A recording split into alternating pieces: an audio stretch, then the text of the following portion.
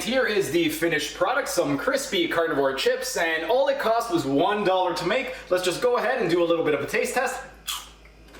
Wow, those are really, really good.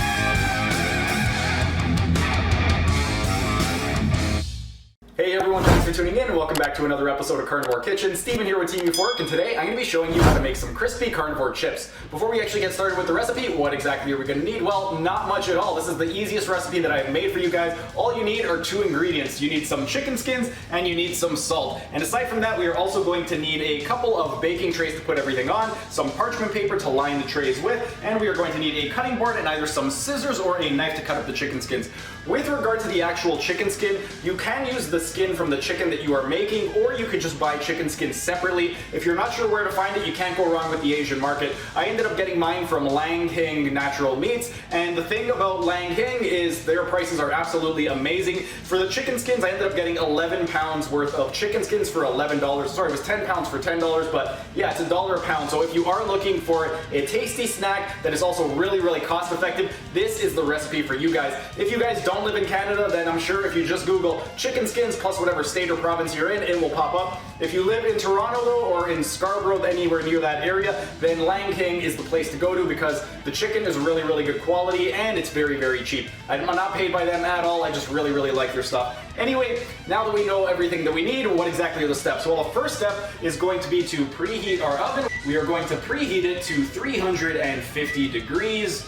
And the next step, what we want to do is go ahead and cut up our chicken. I have already cut up some of the chicken skins just to make this recipe video a little bit quicker, but what you want to do, you can cut it in strips, you can cut it in circles, whatever shape you want, you can cut it into that. And now that our chicken skins are all cut up, next thing we need to do is go ahead and salt them. With regard to the salt, we are going to be salting both sides, but you don't need to do both sides right now. What we're going to do is just salt the one side, and then we're going to put the salted side down on the parchment paper and then salt the rest before putting it in the oven. Alright, next step, we are going to place our chicken skins on the parchment paper. Most of it is already on here, so this isn't going to take too long at all. You could also try, I personally have never done this, so I don't know how it'll come out. But if you want to save a step, you can always just try to put the chicken skin as a whole on the parchment paper, and then once it's cooked, you could try just cracking it in half and breaking it. I'm not sure how that would come out. If you guys want to experiment and give it a try, you could try and then comment down in the comment section if you did it and how exactly it came out. Maybe next time I'll do it that way instead, and worst case scenario, if it does not come out good, I waste $1 worth of chicken skin, so it's really not that big of a deal. But anyway, we have all of our chicken skins right now on the parchment paper, so now the next step is we want to salt the remainder of the chicken by salting the other side. And now that all of the chicken skins are salted, the next step, we are going to take another layer of parchment paper and we are going to put it over the base layer that we already have on. So let's just go ahead, make sure that all the chicken skins are nice and covered, pat it down a little bit, and then we're going to do the same thing. Make sure that everything is nice and covered.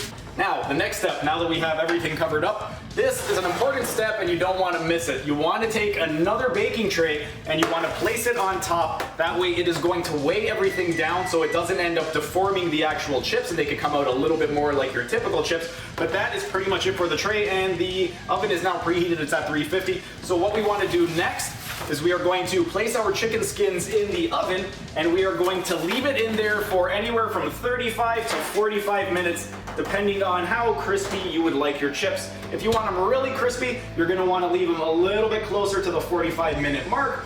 If you don't want them too crispy, then ideally you would want to bring it closer to the 35-minute mark. But that's pretty much it. I'm going to leave these in for about 40-45 minutes and I will see you guys soon. Alright, and it's been 40 minutes, so we're going to go ahead and take our crispy carnivore chips, take them out of the oven, and we are going to transfer them onto this lined plate right over here. We have some paper towel, and this is just going to be to soak up all those different juices. So first, let's just go ahead and take off our bottom tray.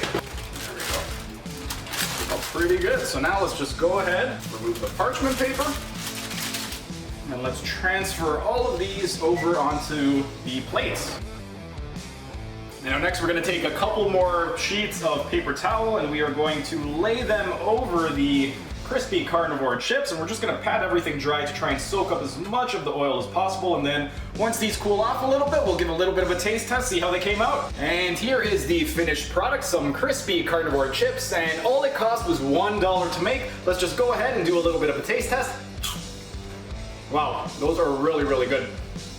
I'm going to leave you guys now so I can go ahead and finish off the rest of these, but that's it for today's video. If you enjoyed the video, be sure to smash that like button so I know to make more recipe videos in the future. And if you're either new to the channel or haven't subscribed yet, be sure to subscribe to the channel and hit the notification bell, as I will be uploading new videos every single day. That's it for today's video. Thanks for tuning in, and I will see you again tomorrow.